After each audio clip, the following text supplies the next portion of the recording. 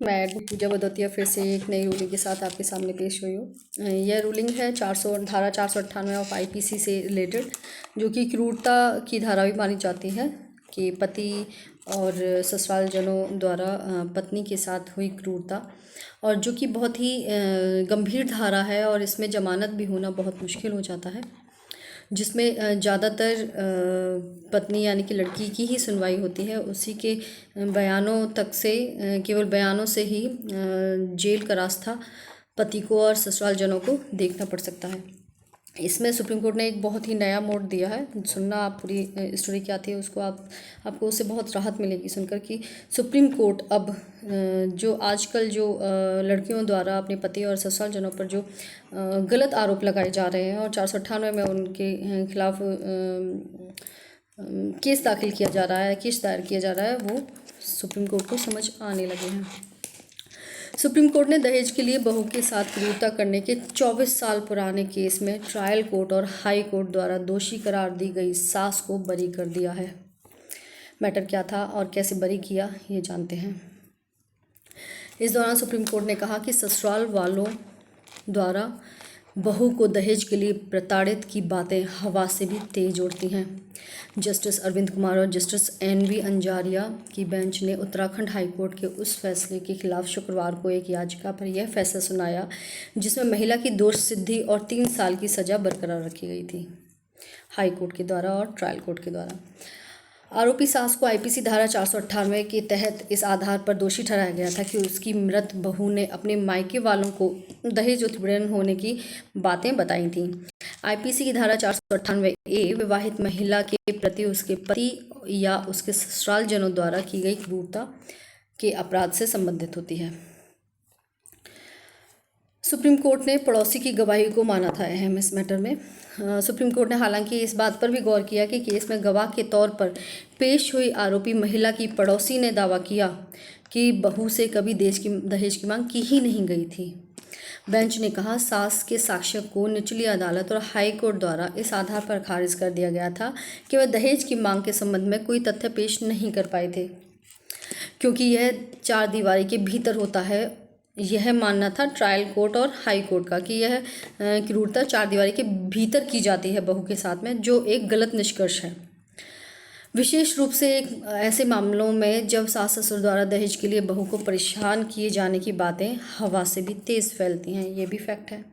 तो ये 4 दीवारियों में दहेज की मांग करके क्रूरता किए जाने का मैटर ऐसा हो ही नहीं सकता कि घर से बाहर तक ना जाए और पड़ोसियों को ना पता लगे। ये मानना है सुप्रीम कोर्ट का। मैटर है ये 2001 का, जून 2001 का। उस वक्त यह शिकायत दर्ज कराई गई थी मृतक बहू के पिता द्वारा कि शिकायत में बताया गया था कि उनकी बेटी ससुराल में मृत पाई गई थी। पिता ने आरोप लगाया था कि मौत के समय उनकी बेटी गर्भवती थी और वह अक्सर मायके वालों को बताती थी कि उसकी सास दहेज के लिए उसे ताने मारती रहती है। शिकायतकर्ता ने यह भी कहा था कि घटना के वक्त उसका दामाद यानी कि उस लड़की का पति शहर में नहीं था। मृतका के साथ सास ससुर और देवर को इस मामले में आरोपी बनाया गया था।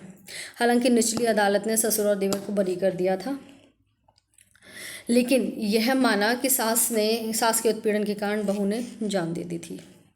दोषी करार दी गई सास ने निचली अदालत के फैसले के खिलाफ हाई कोर्ट का रुख लिया था, जिसने निचली अदालत के फैसले को बरकरार रखा था हाई कोर्ट ने, और उसने भी सेम सज़ा सास को सुनाई थी आरोपी होने के तहत। फिर सास ने रुख लिया सुप्रीम कोर्ट का। तो सुप्रीम कोर्ट ने कहा कि किसी भी रूप में दहेज की मांग अपने आप में आईपीसी धारा 498 के तहत केस दर्ज करने के लिए ही काफ़ी है। सुप्रीम कोर्ट ने यह भी कहा कि इसी प्रकार किसी विवाहित महिला को या उसके रिश्तेदार को किसी अवैध मांग को पूरा करने के लिए मजबूर करने के उद्देश्य से परेशान करना भी क्रूरता की श्रेणी में ही आता है, यानी कि यह भी धारा 498 ऑफ आईपीसी के तहत ही आता है। बेंच ने आरोपी महिला की अपील स्वीकार की, हाईकोर्ट के आदेश को रद्द किया और उसे बरी कर दिया। बरी क्या कह के किया कि अगर ऐसा होता कि सास के उत्पीड़न करने से, दहेज की मांग के उत्पीड़न से अगर बहू की जान गई है तो पड़ोसियों तक तो एटलीस्ट ये बात आनी चाहिए थी। और पड़ोसी ने गवाही दी थी कि ऐसा हमने कोई मैटर नहीं सुना, कोई मामला नहीं सुना कि जिसकी वजह से हमें उत्पीड़न की कोई भी कहानी हम तक आए कि सास ने अपनी बहू का कोई उत्पीड़न किया था या दहेज की मांग की थी। आजकल बहुत ही मैटर ऐसे आ रहे हैं कि जरा सा झगड़ा होता है पति पत्नी के बीच या ससुराल जनों की से पत्नी का कोई अनबन होती है तो झट से लड़की और लड़की के मायके वाले अपने लड़की के ससुराल और पति के खिलाफ 498 में क्रूरता का दहेज की मांग करते हुए क्रूरता का केस दाखिल कर देते हैं, जो कि बहुत गलत है। पहले क्या होता था कि इसमें सुनवाई नहीं है, पति और पति के घर वालों की कोई सुनवाई नहीं है, बस लड़की के सुनवाई के थ्रू ही जेल गैर जमानती वारंट निकल आते थे उनके। लेकिन अब जो अगर 100 केसेस ऐसे दायर हो रहे हैं तो उसमें से 90 केसेस कहीं ना कहीं झूठ पर विकसित हुए हैं, उनको सुप्रीम कोर्ट समझ रही है।